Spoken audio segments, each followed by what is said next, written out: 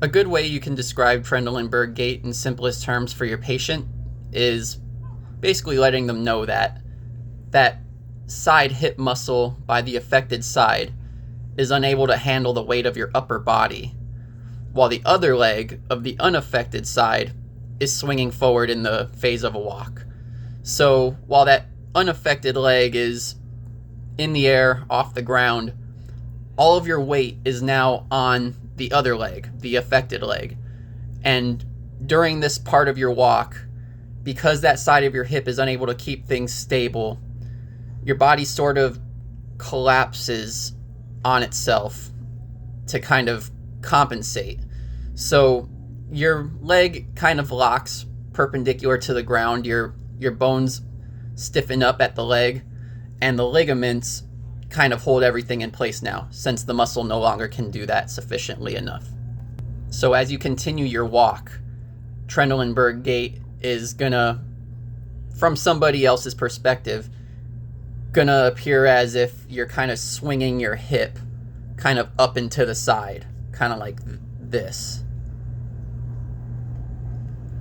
It's kind of going upward and outward, and your body is kind of going to the side, almost as a sort of compensation for, to kind of handle the gravity that your muscle cannot handle anymore.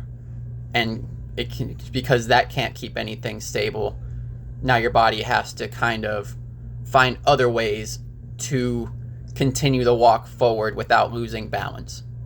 Trendelenburg Gait is caused by weakness in the gluteus medius, because that hip muscle can no longer contract sufficiently enough, which would kind of be regarded as an isometric contraction, tightening up for stability. Now we have to figure out a way to get that muscle to isometrically contract better. And I've come up with 3 exercises I feel can do that. One of them is a little bit more based on endurance. That's something else we also want to focus on, because walking requires endurance. We have to continue to walk forward from A to B, who knows for how long. And isometric contractions are key here, because that is what the gluteus medius does to keep things stable. However, we do want to keep a sense of contraction and relaxation cycles to kind of generate a little bit of stamina for that gluteus medius as well. For my first exercise, this will be an isometric exercise. Very simple, very easy for the patient to remember to do at home. You could just use a wall, or in my case, a shoe collection, and just put your foot towards the side of the wall and just have them press that outward side of your foot, the lateral side, onto the wall. And you can just do that for maybe 6 seconds. Relax for about 6 seconds and repeat this 6 to 10 times. Give them easy parameters to remember. As we do this, it'll engage the gluteus medius. As your leg is trying to go into abduction, it can't, but your muscle is still tightening up and contracting in an attempt to do so. And this is a good intermediate exercise to help with your patient's gluteus medius strength.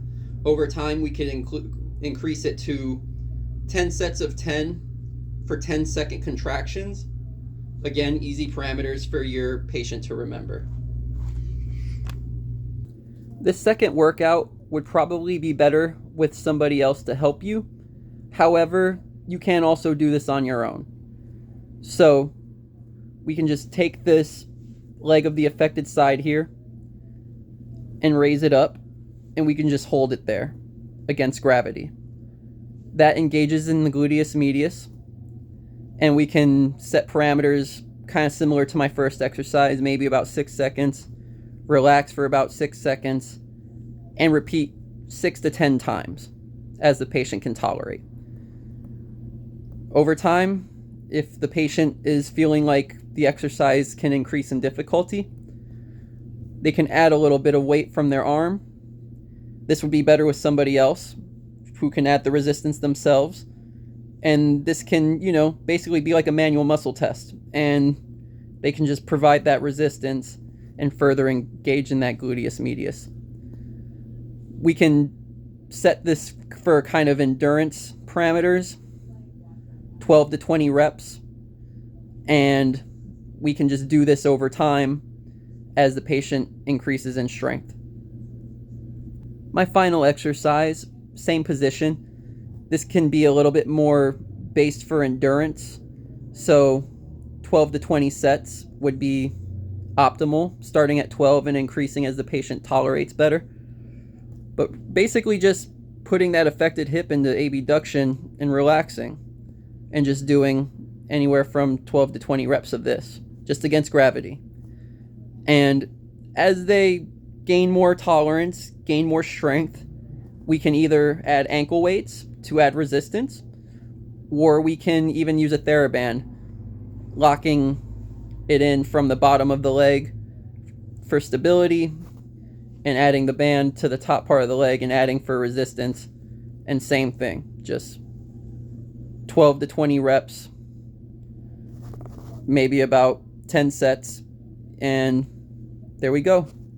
Hopefully over time this will increase their strength and help with their Trendelenburg gait with a little bit more stability and endurance in the gluteus medius.